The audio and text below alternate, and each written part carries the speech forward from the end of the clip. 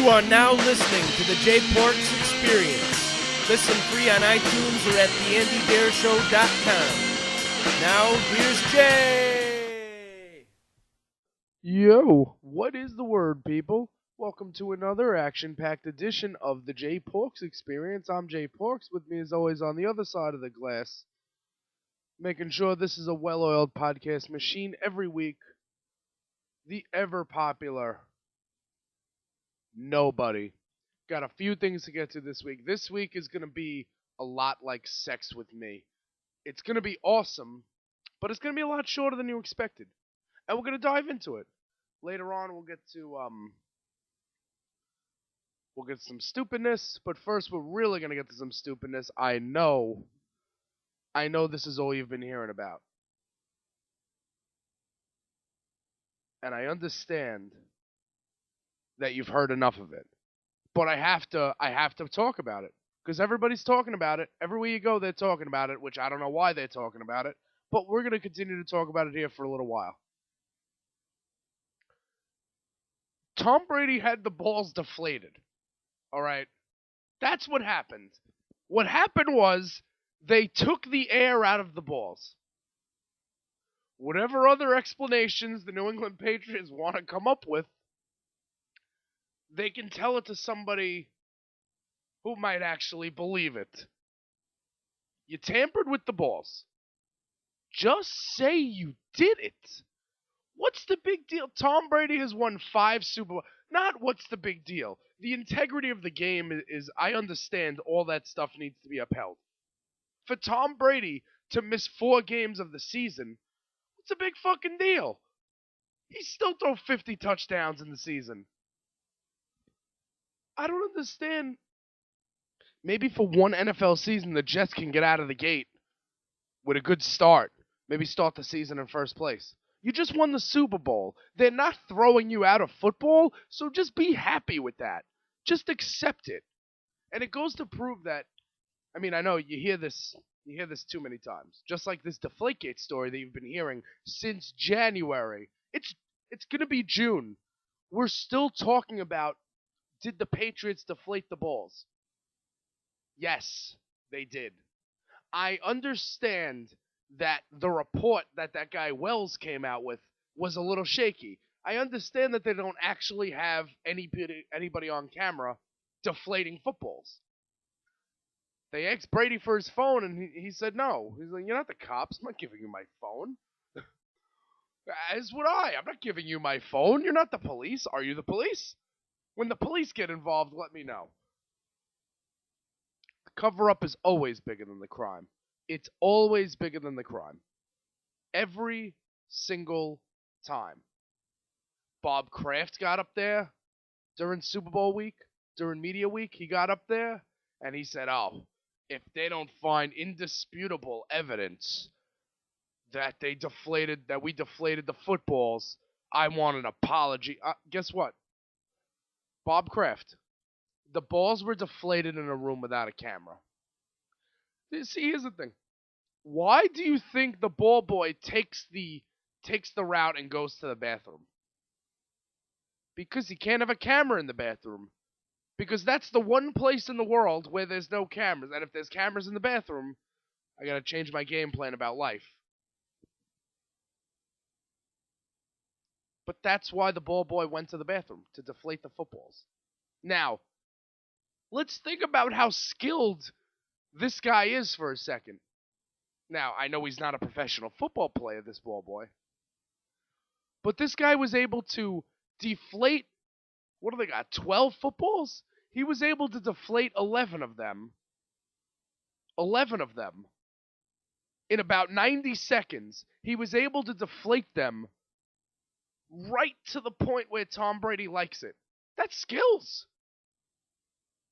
That takes some real skill. Patriots fans have set up a GoFundMe account to pay the $1 million fine. Are you kidding me? Robert Kraft wipes his ass with $1 million. Robert Kraft spends $1 million on hookers in a 16-hour span. Probably facts.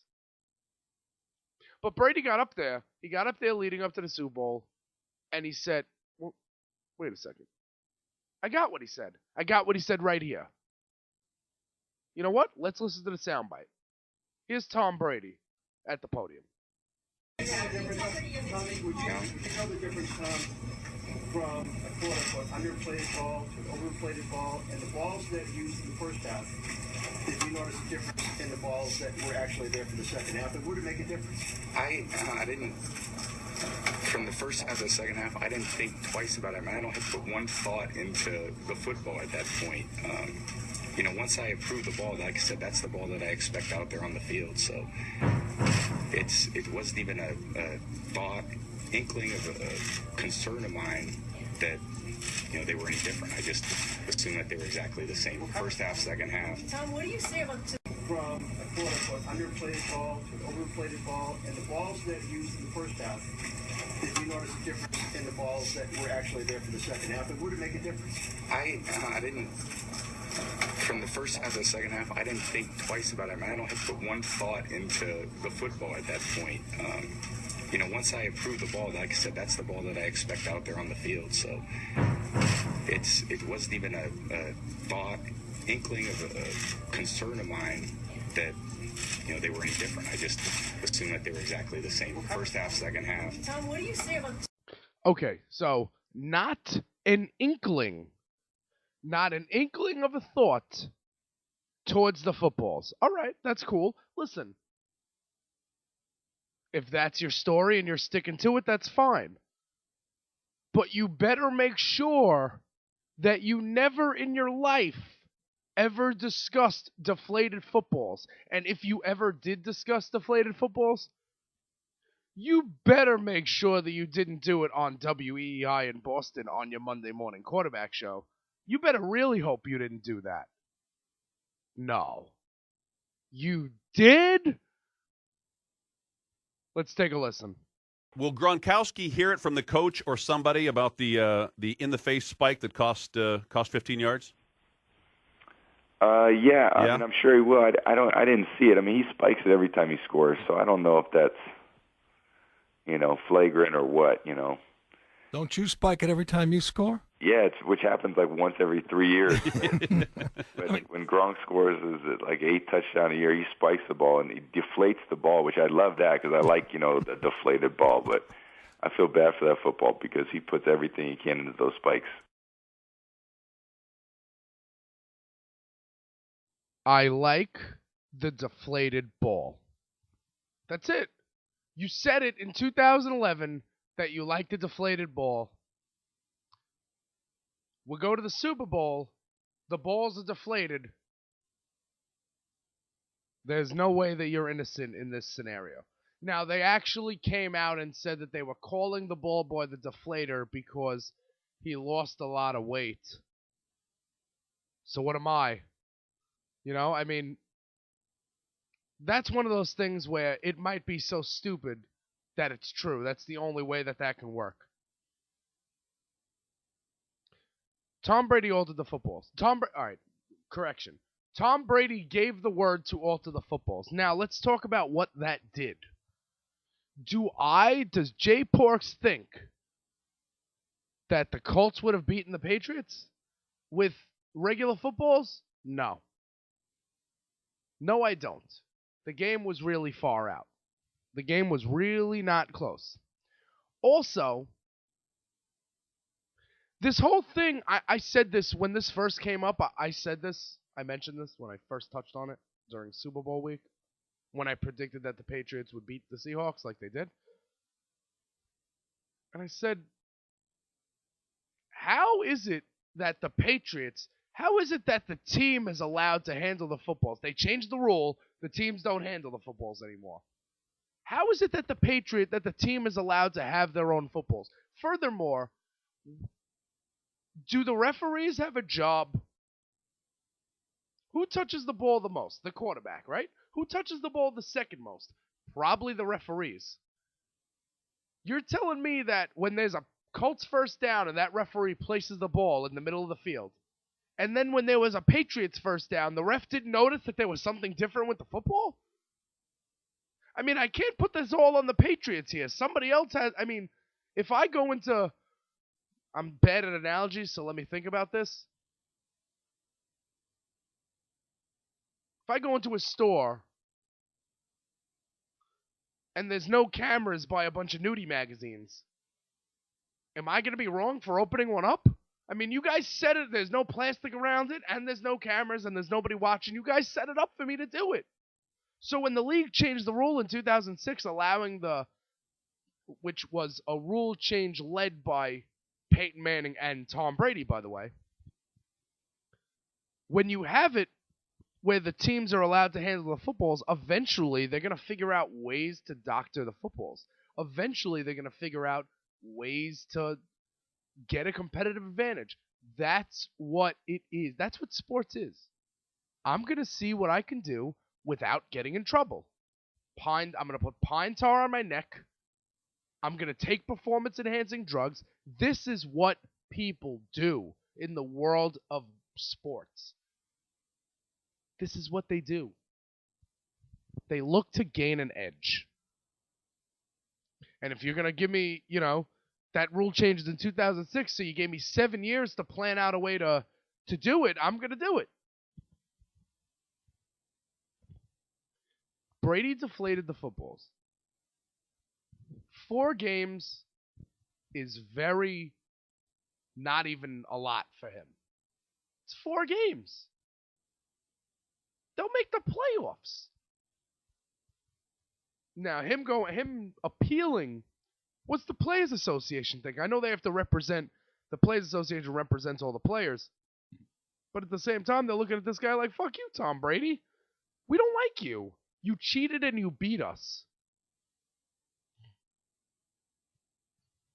It's just weird. It's just crazy that he's going to appeal this. It's crazy that on May 19th, we're still talking about deflated footballs. When we could be, when we're not talking about Stanley Cup hockey, the Rangers, even though they lost game 2 tonight at the Garden, the Rangers are in the Eastern Conference Finals for the second straight year. For the second straight year, the Rangers are all around the best team in hockey. And it's getting no play. The NBA playoffs are happening. The NBA playoffs are happening. There was just a Game 7 on Sunday, Clippers-Rockets, where the Rockets, the Rockets are going to the Western Conference Finals. We're talking about taking air out of a football. This is insane. Enough's enough. Serve the 4 games, and let's never talk about it again. I am so sick. Please, can we not talk about it again? Can we just move on? I'd appreciate that. All right, moving on from balls. Be it round, whatever it is. Moving on from balls. We've got Simpsons news. That's right, folks. My favorite cartoon. Harry Shearer is leaving The Simpsons after 26 seasons. Is the end near for The Simpsons, the beloved primetime television behemoth over at Fox? Probably not, but the show will be vastly different after 26 seasons now that original cast member Harry Shearer will no longer be a part of Springfield. Now, for those that don't know, Harry Shearer also, he does Mr. Burns, he does Smithers, he does Skinner, he does Flanders. And on Twitter last Wednesday night, he said, from James L. Brooks' lawyer, show will go on, Harry will not be a part of it, wish him the best. This because I wanted what I've always had, the freedom to do other work. Of course, I wish him the very best. All right. Let's talk about this for a second. Everyone's like, oh my God, are The Simpsons going to get canceled? Should The Simpsons just go off the air? I actually saw a valued friend of mine write a Facebook post that says, you know what? Maybe they should just wrap it up, do a little send-off season, do a little finale, and end The Simpsons. Are you serious? The Simpsons doesn't skip a beat. And you can tell that by every time you go on your phone and you play Simpsons Tapped Out and you try to get those donuts. If you've listened to any interview with Harry Shearer in the past 10 years, he compares working on The Simpsons to prison. He hates The Simpsons. Harry Shearer has been wanting to get off this show for years. Years. He hates all of those people. He hates those guys. I saw him on Howard Stern not too long ago, and not a recent interview with Howard Stern, but he was on Howard Stern a couple of years ago. Before the movie came out. They were like, how long are you going to be on The Simpsons? Like, as soon as I can leave, I'm gone. As soon as I can leave, I'm out of here. Now, listen. Let's say this. I don't know what can be easier than voicing a cartoon character on a television show, on a cartoon. I don't know. I mean, that job is literally sitting down in a chair. Like, I think I have it easy because I get to wear a black shirt and regular black jeans to work. You don't have to wear any clothes to work when you're a fucking voice actor. And a voice actor in 2015? I'll just open up my laptop here. I'll just won't leave my house. I mean, really, what do you need me at the studio for? It's voices. They can recast voices. Shit. Bewitched recast the husband. Thought nobody was going to notice that. Went from Dick York to Dick Sargent. Or was it Dick Sargent to Dick York? I don't know. Those guys don't look the same. And that show is one, people say that that's such an awesome show. I don't quite get it. I also would like to know how that's different from My Dream of Jeannie. Are they not the same show?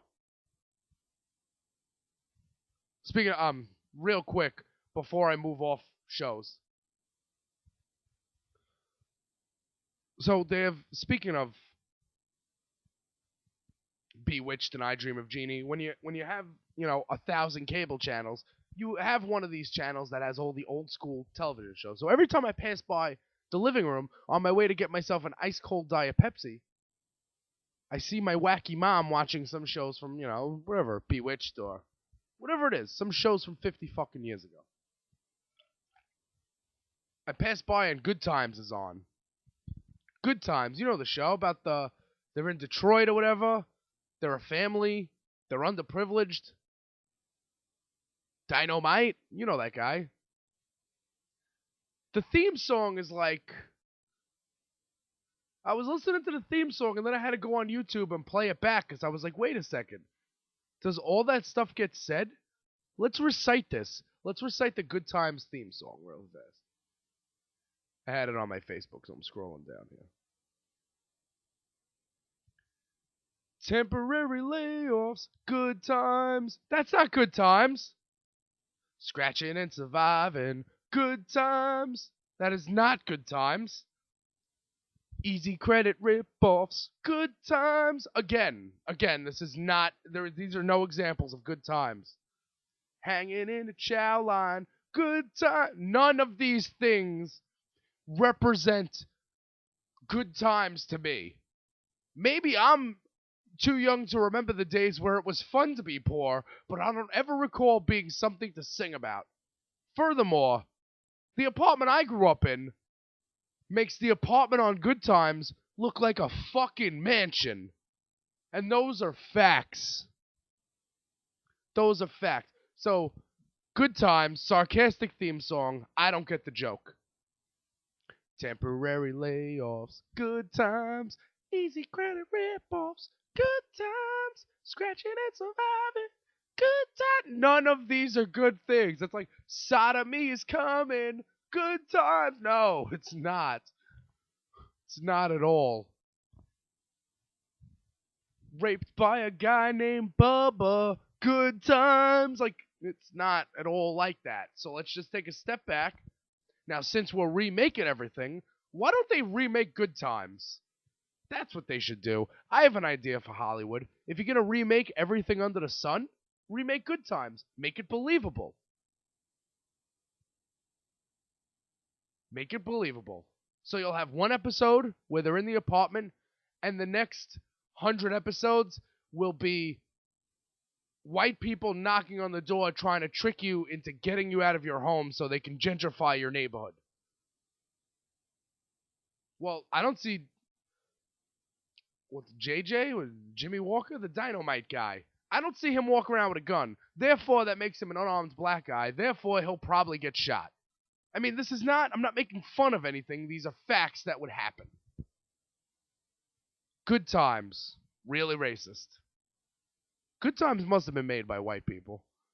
I mean, I can't imagine a black person thinking that that is, that's a good thing. Just can't imagine it. I just can't see that. I'm from a really bad neighborhood. Okay, I get, it's not, you don't sing to make things better. I know that that's the idea. I get that, it's your attitude. Even if you have a shit job, you go in and you smile and you make the best of things. Yeah, no. To make the best of things out of the ghetto is you get some bricks, you break them down, and you go make some money on the corner. That's what you do. You got this guy Jimmy Walker trying to make art. He's like an artist. That's cool. And that might work in 2015. That's not working whenever that show came out. Easy credit rip-offs. Good times. Sodomize my butthole. Good times. Might as well just say that. Fuck me with a rusty nail. Good times. You might as well. It might as well just be that. That's what it might as well be.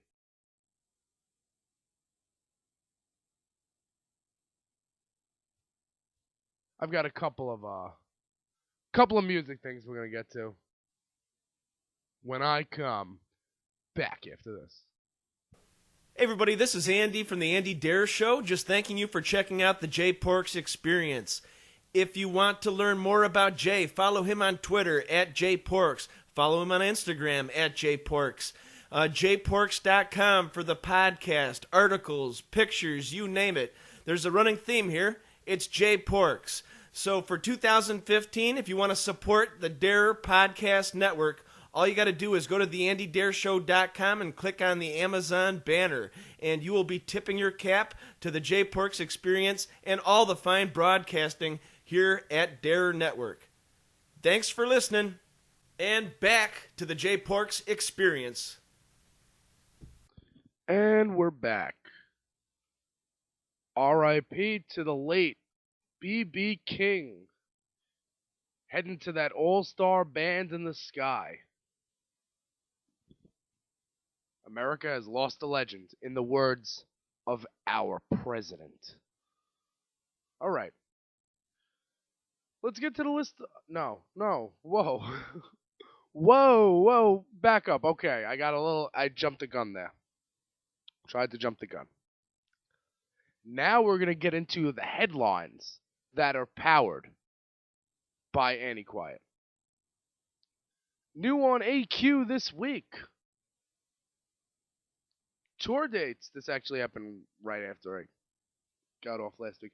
High on Fire released a Black Plot and announced a North American tour. Also,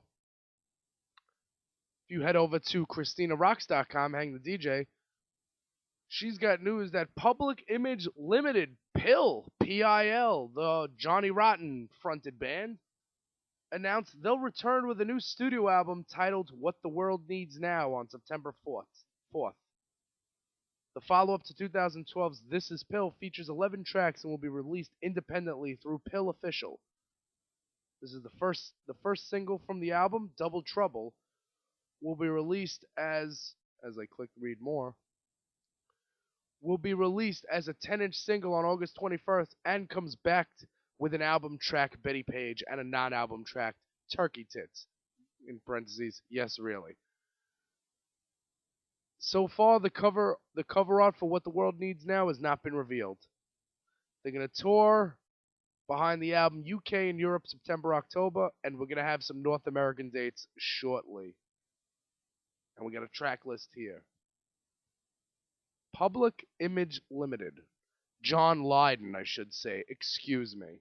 He's no longer Rotten. He is John Lydon. So you got that. For all of those of you of interested in the weird, there's that. And I'm gonna get killed for this, but I don't care. I don't care. The other day I saw on Twitter pictures from the Endless Summer tour or whatever, Lana Del Rey and Courtney Love. I'd go see that. I'd go see that in a fucking second. That show looks awesome. I don't care. I know. I'm checking. I do have a penis. I know. I have one, and it's cool, but I'd go see that show. And Courtney Love's got a new track. And it's called Miss Narcissist.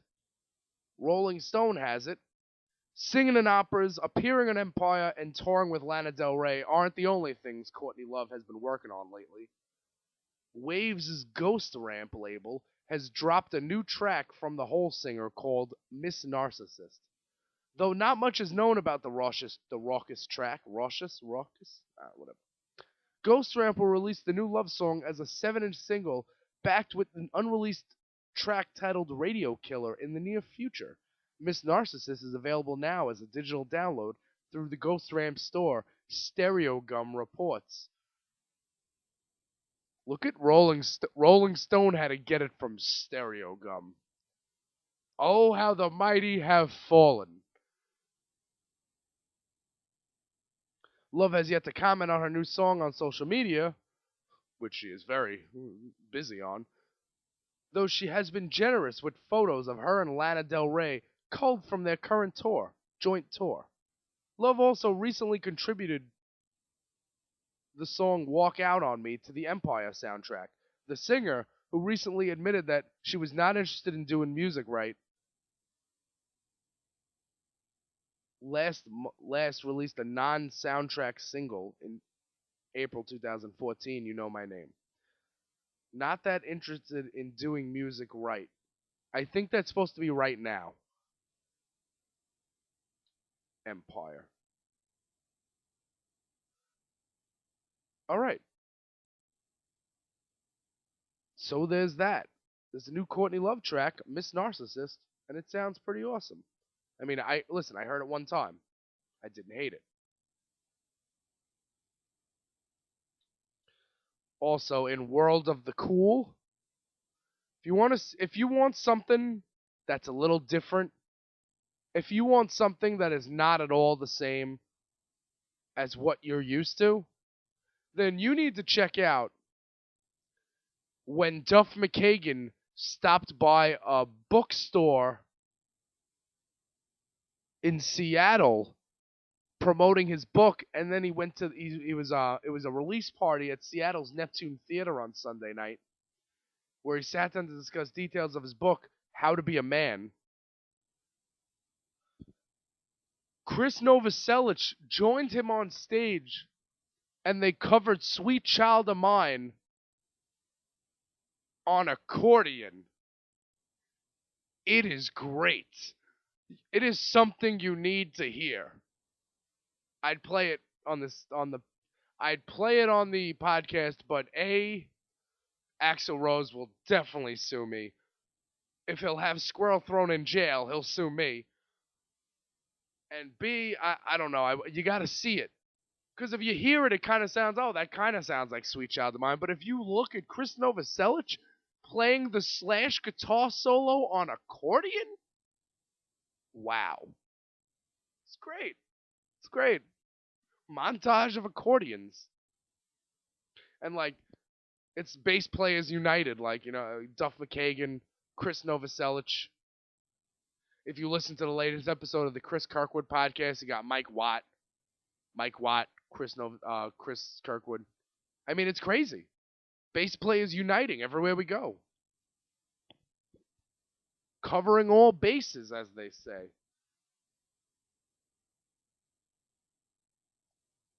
And I just want to make sure I get this clear. I started saying self-aware before self-aware was a thing to say. Simpsons Family Guy crossover is when I started talking about things being self-aware. Because I just read another headline about the Courtney Love song, and it says it's very self-aware, and I just want those people to know that they didn't invent that phrase. I didn't invent it, but I said it before you did. Man.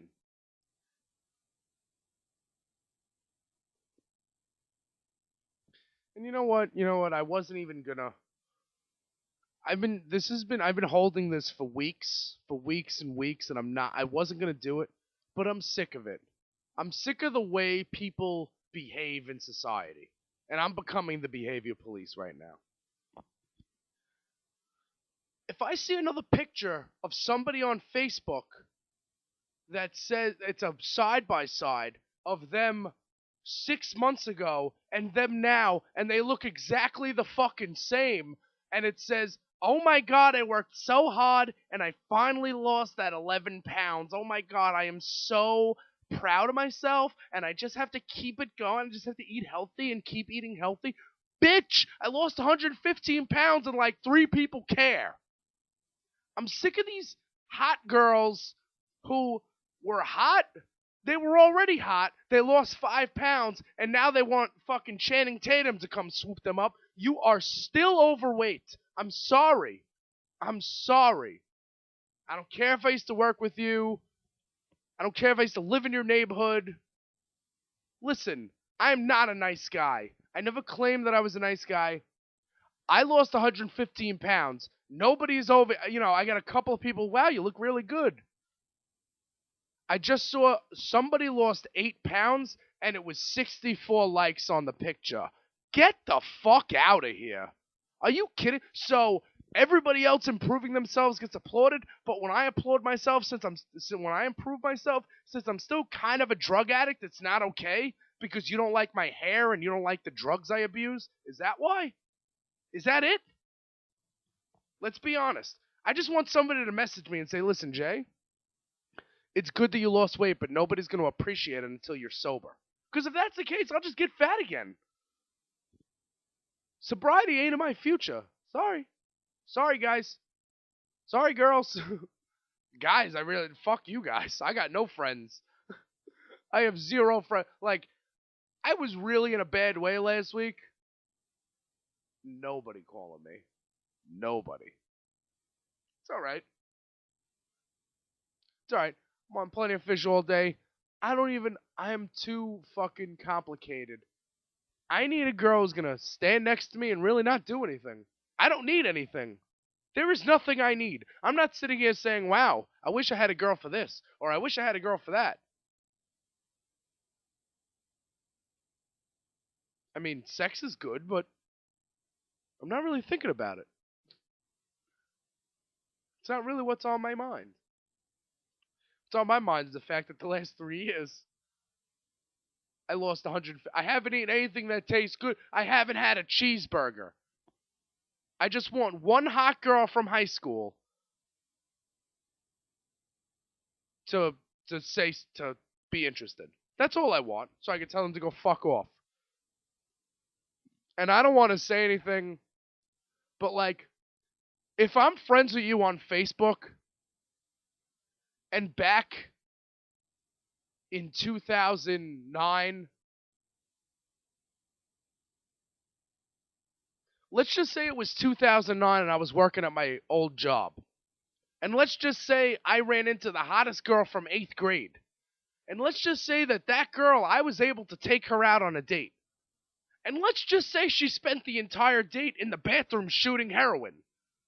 Do you think now, 5 years later, do you think that I have the right to a second date now that you're sober? Do I?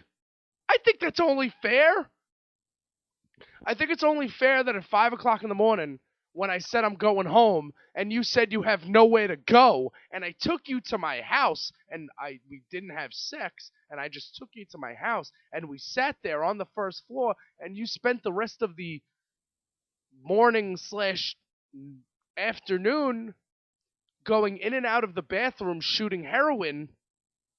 I would think that now that you seem clean and you're clean enough to have a Facebook status, I would think you jump in my fucking Facebook Messenger really quick with an "I'm sorry" and a "Can I make out with you now that you're skinny?" You have got to be joking me.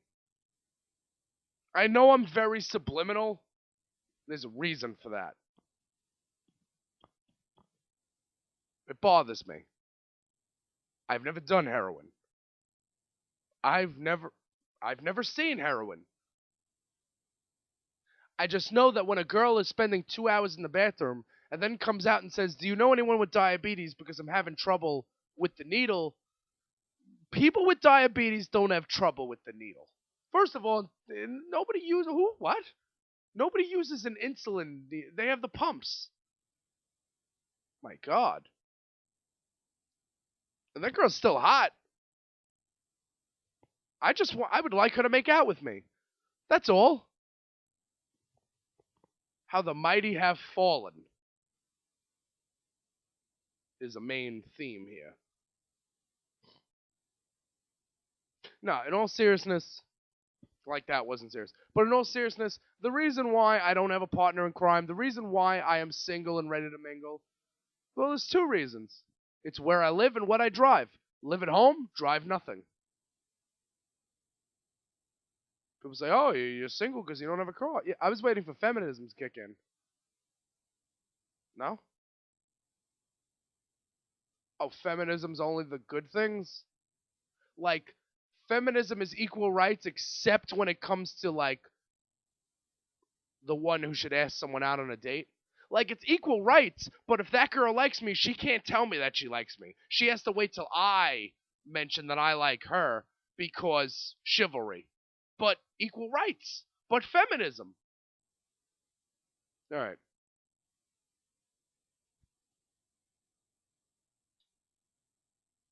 I just wanted to get that off my chest for a while.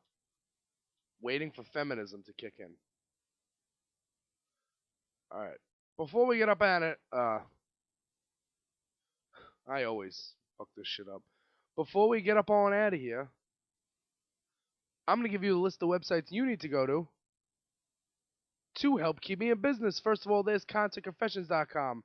That's for all your live music, news, and reviews. For the fans, by the fans, you can get the 6th annual Lou Fest Music Festival. The lineup is out. You can get that at ConcertConfessions.com.